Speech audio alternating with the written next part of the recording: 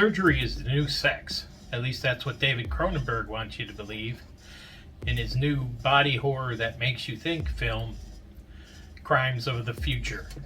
This film stars Viggo Mortensen, Léa Seydoux, and Kristen Stewart in a supporting role. Before I try to explain this film, please take a minute, hit that subscribe, ring that bell.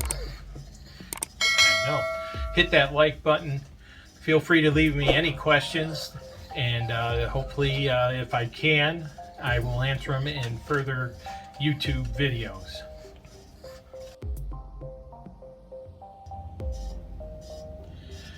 Before we go any further, spoiler alert, okay? There are spoilers ahead. Spoiler alert. Spoiler alert. All right? So, if you don't want to know more about the movie, turn this off now. Turn down the sound and just watch me shake my head a lot. First off, when you think of body horror, the transformation of the body into these horrific things, the master of that, or widely regarded as the king of that, is David Crononberg. And he's better known for, not better known, but his best known films are The Fly, the newer version, not the one with Vincent Price from back in the 60s, 50s, and Existence and Crash. And this film, Crimes of the Past, we're looking at the human evolution, natural evolution. As we know, the body or animals will adapt to their environment around them. And in this case, humans have destroyed their environment so much that there's so much synthetic waste around them that the human body is starting to evolve and into a way to consume this synthetic waste. And so we see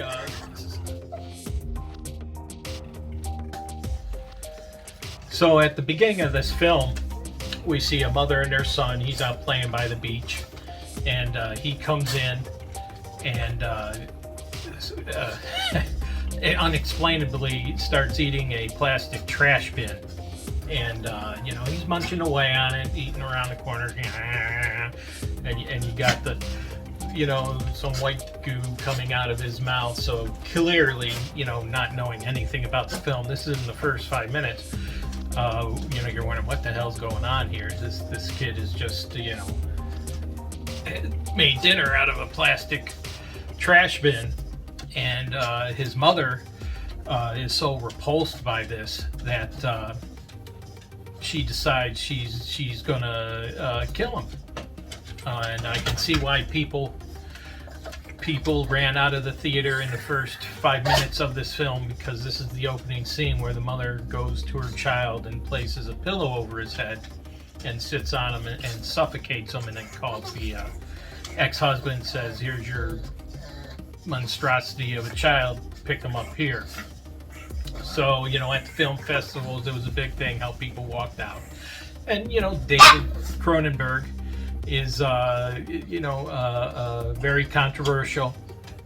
He manipulates the body well, and he's up to his grotesque form in this film.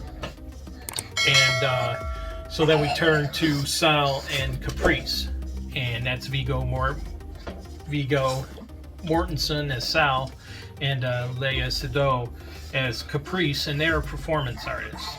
Now, what has happened as this evolution has gone on, and someone's about to get kicked out of the room, and there you go, you're showing your butt again. Sit. Will you sit? Thank you. As the body evolves, Viggo is forming these new organs in his body, and we don't know why. But in the future, he has them removed in front of a live audience as performance art. Apparently, this is how I assume they make a living, because he has a lot of the newfangled toys of the time, a special bed to sleep in, because he's in constant pain from these new organs being formed.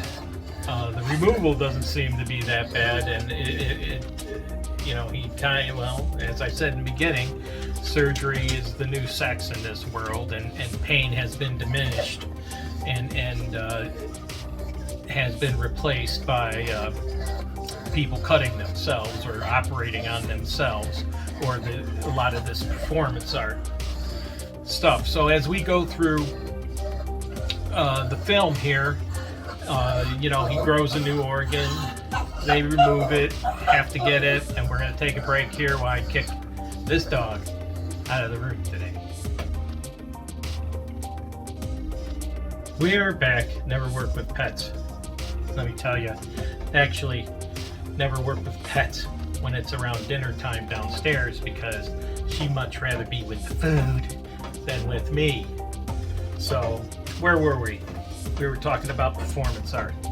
So, anywho, he has his organs, newly formed organs removed, okay, in front of the public. And there's a big crowd, and everybody, recorders like seeing the big band, the popular band of the day. And Saul is one of the most popular performance artists out there, because he can keep producing these new organs. And the other side of it is he takes them down to what they call the organ registrar, and has them tattooed and logged down there. So he's finding life to become more and more painful. He has, the special bed he sleeps in to try and reduce his pain. He has to sit, and a lot of the people do at this time, because they're starting to evolve, but they're not really seeing what they're evolving into, and they have to sit in this special chair that manipulates them and tries to get them in a position where they can swallow, and they're moving their throat. It's pretty disgusting to see it in the sounds that Vigo makes, and just to get a bite of food. So you feel for him that he's going through this. And but as the movie goes on, we learn there's really two things going on here. You have what I'll call the plastic eaters, okay, and then you have a faction of normal humans that are trying to prevent this evolution to become public. So after one of his performances, he is approached by the dad of the child that was murdered previously, okay, in the film. And the dad wants him to do an autopsy as one of his performances. We don't really know why yet, and as the film goes on, it becomes apparent that he is the first fully evolved, not the first, but one of the fully evolved humans that can digest plastic naturally. Most other humans in the dad's group had to be transformed surgically so they can consume plastic. And the father of the child leads a band of people that are since cooking all the synthetic waste and turning it into a plastic bar that they now eat. They can't eat normal food, they just eat the synthetic waste that's been transformed into this bar.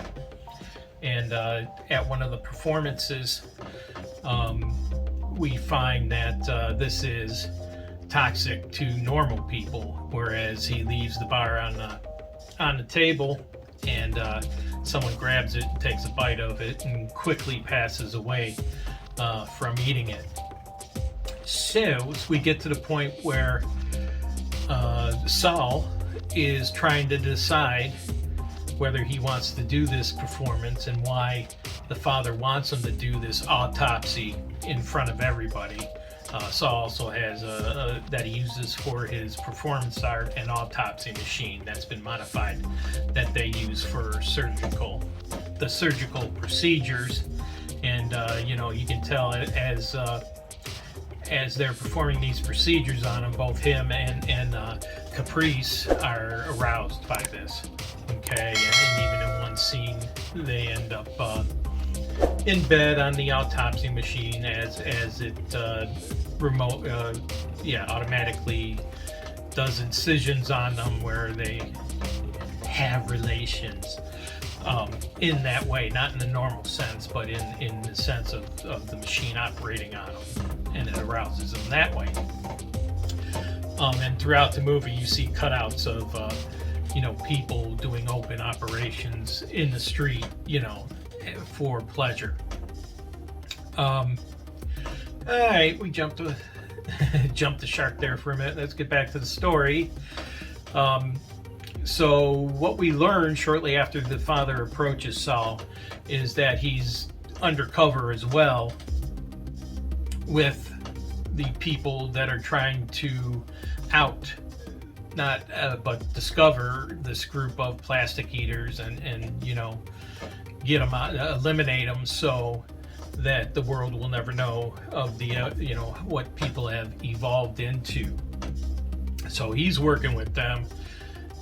The officer encourages him to do the autopsy, and then the third angle on this is the organ registration, which Kristen Stewart plays a partner in that group, and she's very attracted to Saul, or appears to be very attracted to Saul, and he ends up becoming part of Saul ends up becoming part of an inner beauty pageant where he talks to Whippet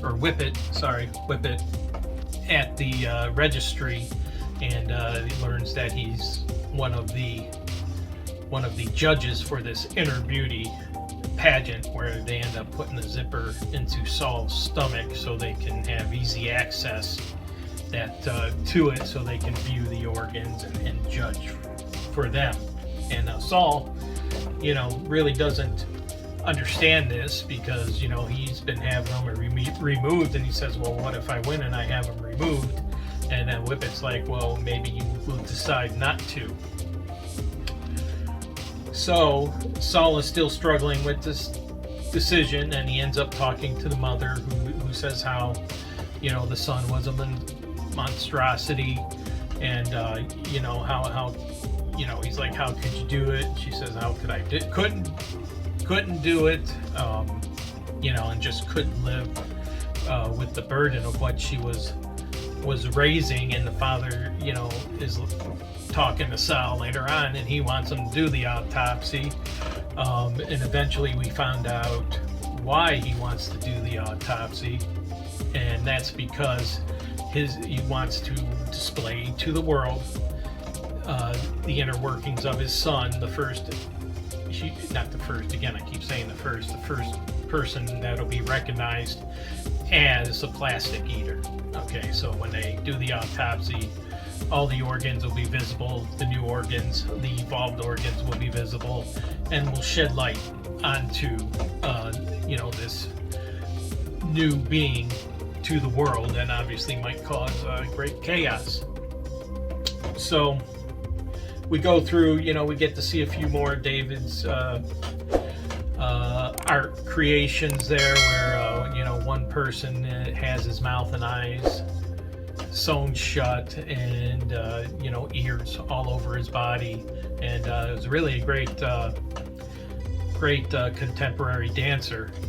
And so we view that, and they call a couple people to modify the autopsy machine, so they can put it back to an autopsy machine, because it was modified to do these operations that Saul and Caprice were doing.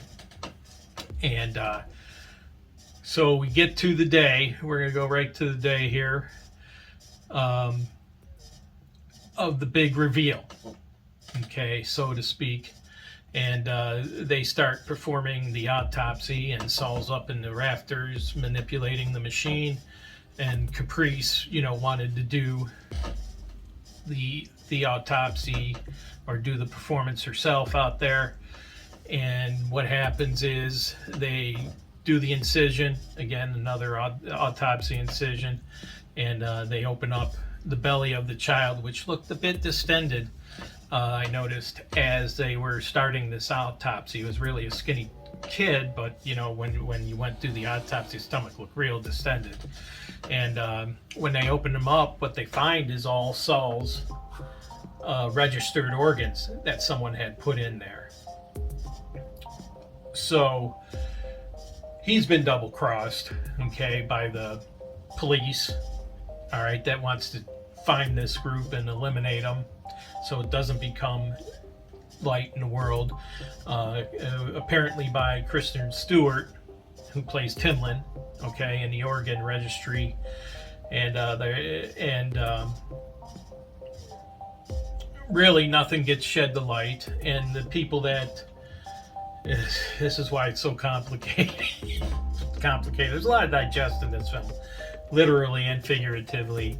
The two people that were hired to modify the autopsy machine turn out to be assassins, and as Saul meets people, they're going back behind them and killing them, so they can't bring any more to light, and end up killing the child's father, so he can't talk. So during this whole process of the movie, you know, Saul's beginning to think, well, maybe I shouldn't take these organs out. Maybe he's realizing maybe this is the natural process, that instead of removing them, I should let them go and let them grow. And you know, we come to him meeting the police officer that double crossed him, and they're talking. And you know, the officer goes to him, you know, we can't let this come to light. And he says, well, maybe we should. You know, maybe, you know, it needs to come to light. And he walks away. And so we get to the last shot of the film, and Saul is in his chair, his eating chair that manipulates the body, and he's obvious pain, and he can't eat. And Caprice grabs a camera and one of the plastic candy bars that they had from their visit to the lab, where they synthesize the waste and make it into edible for the new humans. And she goes, "Is it time?" And he says, "Yeah, it's time." And he takes the bar, unwraps it, and takes a bite of it. And we get a close-up of Sal's face in black and white, and you just see a tear run down his cheek here, and that's the end of the film. So yeah, it's something you might have to watch twice just to figure out. But it's an open ending, and this is how I interpret the open ending. Obviously, you can interpret that he ate it and died like the other human did, or that what I believe, and I thought in that last scene when they were pulling the close-up on him, I thought he you know, I saw relief on his face and a smile as he ate the synthetic plastic. And that's how I'm going. And that's how I'm going with it. And that's what I want to believe, that you know, he found relief and was happy, and the new evolution of the human race was brought to light in its natural order. As far as the film itself, well acted. Obviously, you got some nice heavy hitters in there, Viggo and Kristen, and you know, it's not one of David Crononberg's best movies, but it certainly has a gross out factor to it. You know, some of the creatures he created were very interesting on here. There, I told you about the person had his eyes sewed up and the ears all over his body. And there was another woman that kind of like cut gills in her face, you know, here,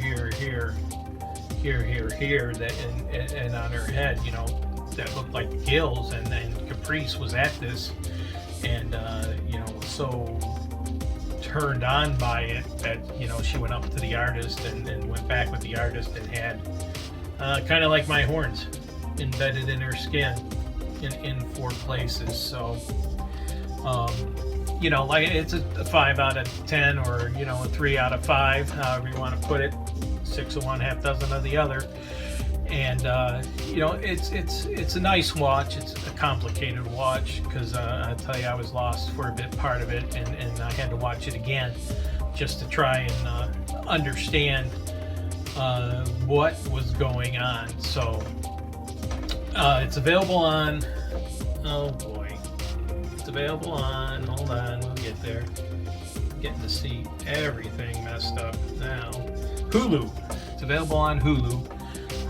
So definitely go check it out. And please take a moment, hit that subscribe button, ring the bell, hit the like button, send me your questions, comments, please. I look forward to seeing those. And I will talk to you later.